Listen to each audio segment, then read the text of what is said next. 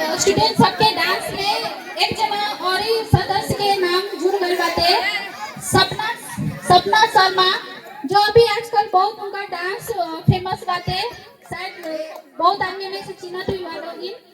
अभी अपने लोग के सामने शास्त्रीय गीत में संगीत में प्रस्तुत करे जाते हरी, उनका खातिर थोड़ा सा अपने लोग ताली बजा के प्रोत्साहन करा दीजिए।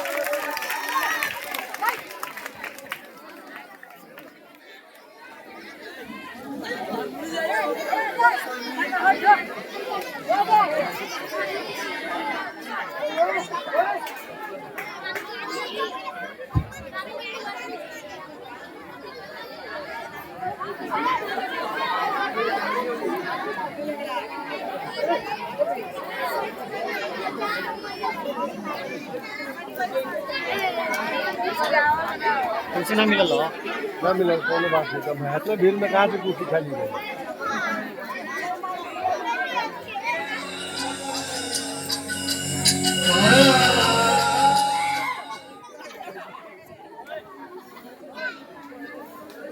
जिला के बिगना दे ऊपर से जाके